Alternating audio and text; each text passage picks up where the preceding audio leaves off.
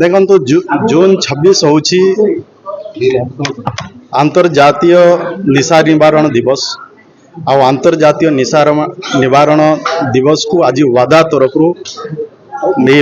पालन करा जाउची एवं व्यापक सचेतन करा जाउची कि निशा द्रव्य गोटे वर्तमान समाज रे घातक साजिची।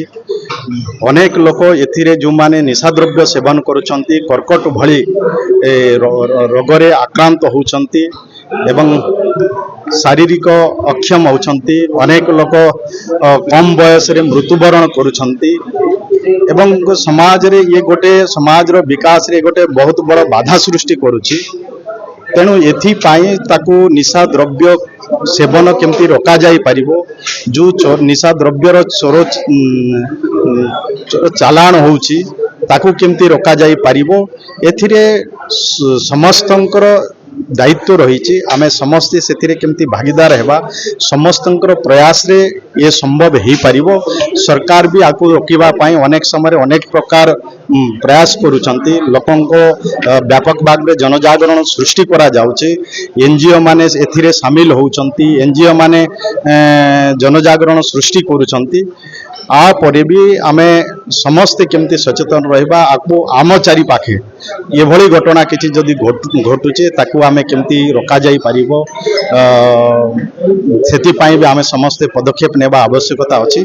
निश्चय आज वादा माध्यम रे ए भली कार्यक्रम लोकन को डाकी लोकन को बुझाइबाटा ये दिवसटा को पालन करिबाटा और तो लोकन को पाखरे केमती पहुंचाइबे समस्तन को भीतर जागरण सृष्टि करिबा जो कार्य करूछंती सेति पाई निश्चय मो वादा बोली गोटे संगठन को मो बहुत बहुत मो तरफ धन्यवाद यहाँ पर करूछि। निश्चय देखंतु आमे लोक जते बेले पर्यंत लोक सचेतन हेबे नाही, लोक ये विषय रे जानि पारिबे नाही निशा द्रव्य सेवन द्वारा कौन क्षति होउची, निजर जीवन नष्ट होउची, ये सब विषय को जते बेले पर्यंत लोके उपलब्धि करिवे नाही, अनुभव करिवे नाही, सेते बेले पर्यंत ये संभव हो पारिबो नाही। तेणु सरकार तो निशा द्रव्य को निशा द्रव्यर दुरुपयोग पाए में ता पाए भी अनेक प्रकार डी एडिक्शन सेंटर गुड़ाक भी करिसंती। से माध्यम रे लोकन को ट्रीटमेंट करा जाउची जेमिति कि से माने भविष्य रे एथिरे केमती दूरे रहिबे एवं निजर जीवन को सरस सुंदर भाव रे गठन करि पारिबे एथि पाई भी करा होउची सरकारक तरफरु।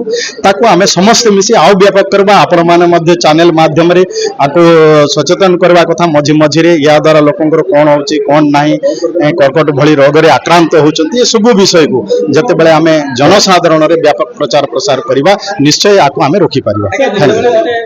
सर निशार कोनोसी उपकारिता नाही अपकारिता तो गवर्नमेंट काहे कि एसब को परमिशन दे बेसी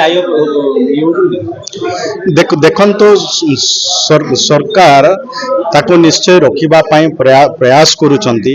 देखिबे अनेक जगह रे विषाक्त निशा द्रव्य तैयारी होउची ताको सरकार रोकुचंती।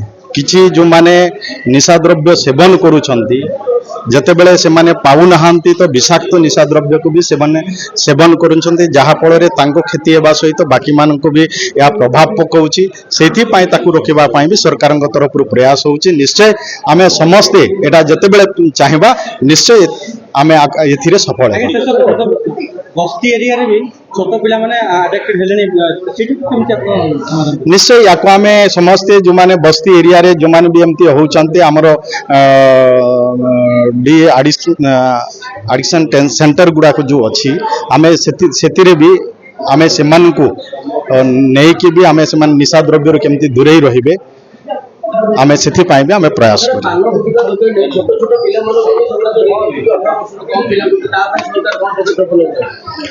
निश्चय केवल समस्तंकर माध्यम रे सचेतन कले ही संभव हबो। से छोट पिला माने होंतु ना जे भी होंतु जते बेले पर्यंत से माने जानि न थाउचंती सेते बेले पर्यंत ए भली निशा द्रव्य रे आसक्त होइकना निशा द्रव्य सेवन करूचंती।